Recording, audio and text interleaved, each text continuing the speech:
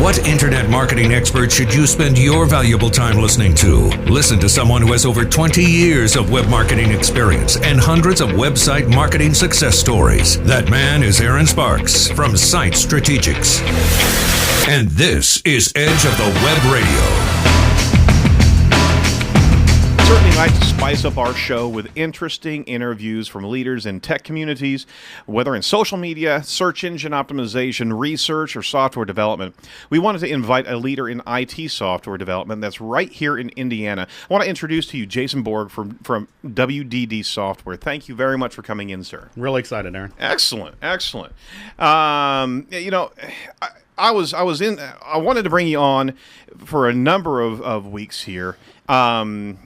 When we started to talk about your company's philosophy on projects, it honestly blew my mind because, I mean, Site Strategic has been doing work for 10 years, and we've been focused in the fixed bid type of estimate of work, and anybody who's also inside of that fixed bid concept, there's always been a frustration of how you can deliver continually with so many unknowns that can rear up and make a project sometimes pretty ugly, from the unknown deliverables, unknown requirements that aren't completely articulated. I mean, those are some. You've got an interesting concept of how to not get around it, but how to reset the entire stage. That's a win-win for clients and your own organization. So I was really excited to get you on here and start talking to you about that. Jason, tell us a little bit about yourself before getting into the company's philosophy. Sure. I'm a software architect at WDD. I've been with the company 11 years. The company's been around actually 21 years doing custom software development in Indianapolis. Cool. So we actually used to be a time and material shop for a long, long time. And it's actually the same problems you have at fixed bid, because you still have to come up with an estimate and the customer has to buy something. So how do you solve this problem of getting the customer what they want for the price they expect? And that's really what our methodology is all about that we've come up with. So, back in the day, I used to write 100+ page requirements documents. Right. I used to do screenshots and wireframes, and I would hand the customer this thing and say, sign off on this. Right. This is what we're going to do, and here's the price we're going to do it for. And had some problems with that. Number one, you got to get the customer to read it, and most times they don't. And number two, you got the customer to understand it, which in the technical community, that's a challenge, because a lot of the customers we deal with are not IT. They're marketing, CEOs, that kind of stuff. So what we decided to do was let's not spend all this money on this huge upfront requirements process at the beginning, and let's instead kind of do requirements along the way. Because as you start going through a project, a customer's ideas of what they want are going to change constantly. Just because they decided at the beginning this is the way they think they want it, as they start seeing things built, their ideas are going to change and their requirements are going to change. And so you need a process that can change with them without all of a sudden hitting them with the big bill or surprising you with the big cost tag at the end for your staff. For your exactly. It can stop a well-meaning project in its tracks. Because you're getting immersed into the development process, and all of a sudden there's a heck of a lot of wish list items that, wow, we didn't even talk about this before we got into this, and now it almost turns into an imperative. Then you have to rescope everything, and it causes a lot of consternation, friction, and it's just... It really does stop it dead in its tracks sometimes. Go ahead, I'm sorry. Yeah, so really the key to it all is making sure the customer understands what they're going to buy before they agree and you start work on the product, and for a fixed price. So here's the price we're going to build it for, here's what you're going to get, here's how long it's going to take to do it. So then as long as the vendor can meet those deadlines and for that price, you got a happy customer, because they went in knowing exactly what they were going to get and the price they were going to pay. This really translates into any service organization. I mean, even my plumber, when he comes out, if he tells me 2 hours and it takes 3 and I get an extra $50, I'm upset. I may not use him again. If he told me it was going to be $300 and no matter what, it cost me $300 for his time, I'm a happy guy, because I agreed to it before he ever did the work. So it's really translating that into, well, for us, software development. But you still get caught on the other end of what if things go astray? You agreed to this price. The customer's not expecting to put up any more money. So when the customer has a change request or something, how do you deal with it? Because those things do happen.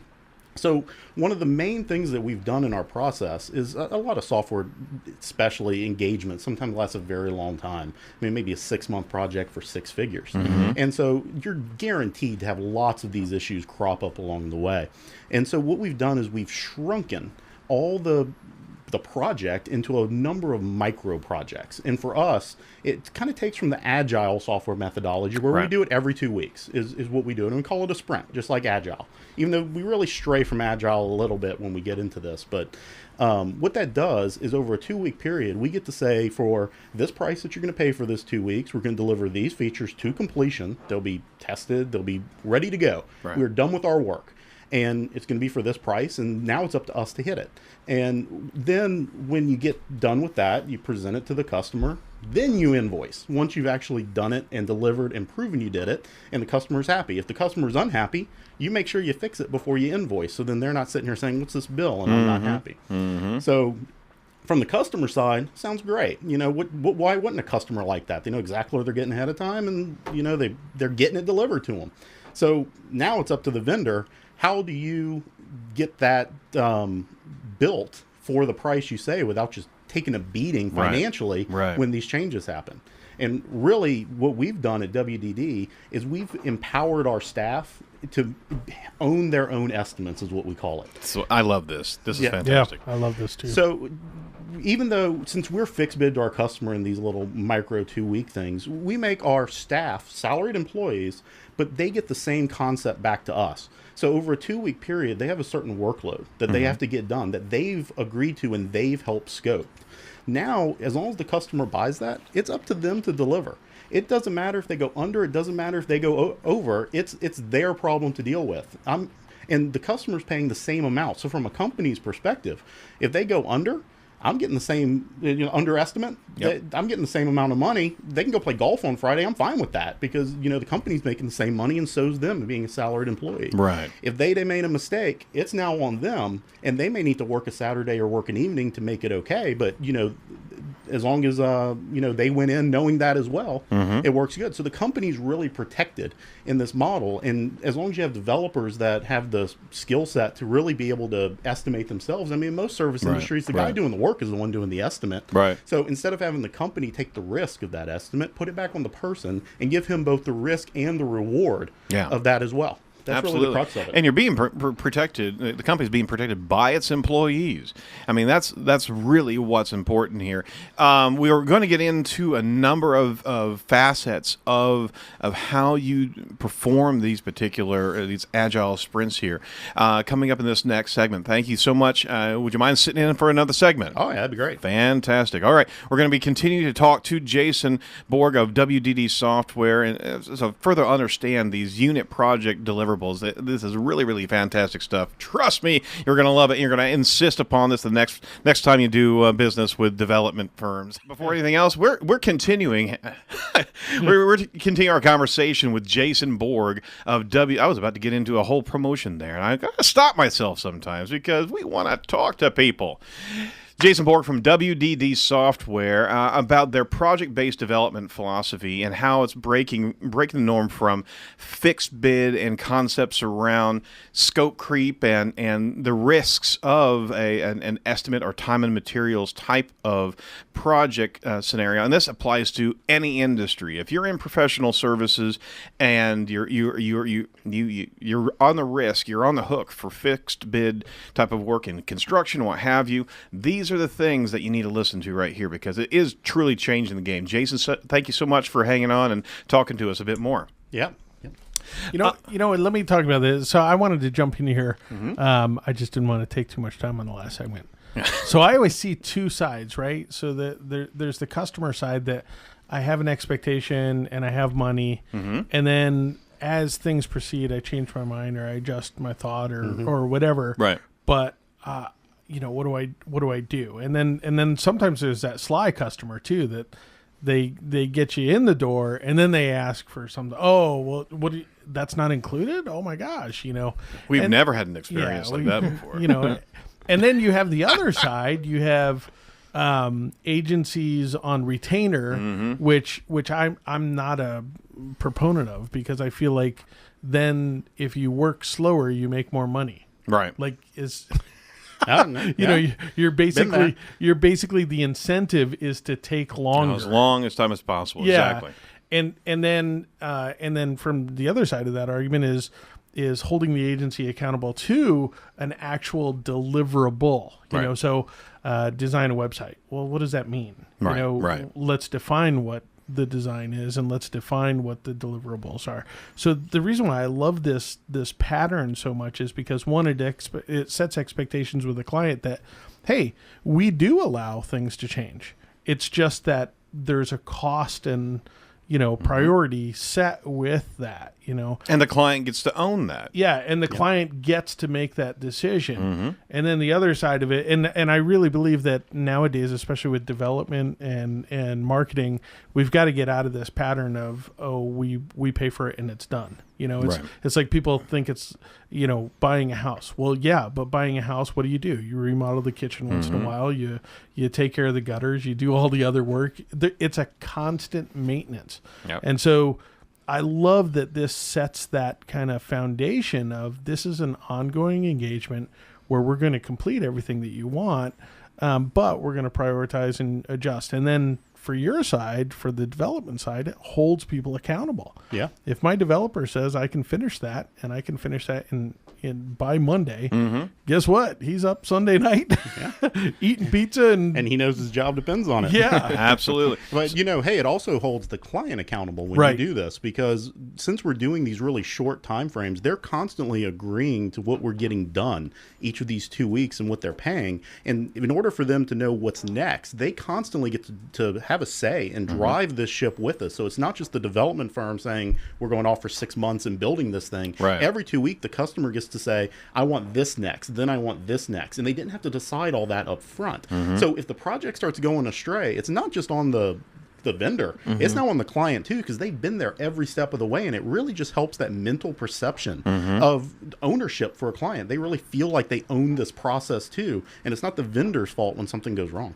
They're getting also gratification very quickly of software. And you gave an example at one point in time we were speaking about, okay, if they just wanted a piece would be just the login process and making sure that everything else is still to be built, but darn it, that login is going to be the best login with all full features and forget passwords and this, that, and the other. And that at that point in time, that sprint has been done and they've got a login piece, right? The one thing I see as a potential concern is if you have things that are connected together, that a function can't work without several other pieces being built to support that function. It's not, software development can't be modular like that regularly. Or it can be. It really depends on how you build it. Actually, if you go in from the very beginning thinking modular like this, you can make sure your requirements and the order you build things really lend to that. So yeah, this one feature won't be done until you do these 5 other things. Well, do these 5 other things, but do them in a way that you can play with them in demo, and maybe not to their fullest. Sure. But at least enough to know that one component's working properly. Then do the next micro component, then the next, and then when all those are done, do your main feature. And now you've seen it all along the way. Can you speak to us a little bit about the socialization of the project itself, seeing it throughout the development? You're talking about the client being invested, right? How does that, the socialization, I'm assuming, is you're looking at both camps, right? Both the vendor camp and the client camp. Yeah, we have... in the way we do it is every 2 weeks when we're doing these delivery meetings where we're showing them what we built and they're deciding what they want next. We have all the client stakeholders are in that meeting as well as all the vendor stakeholders. So the developer actually is in that meeting who needs to make these estimates plus all the client.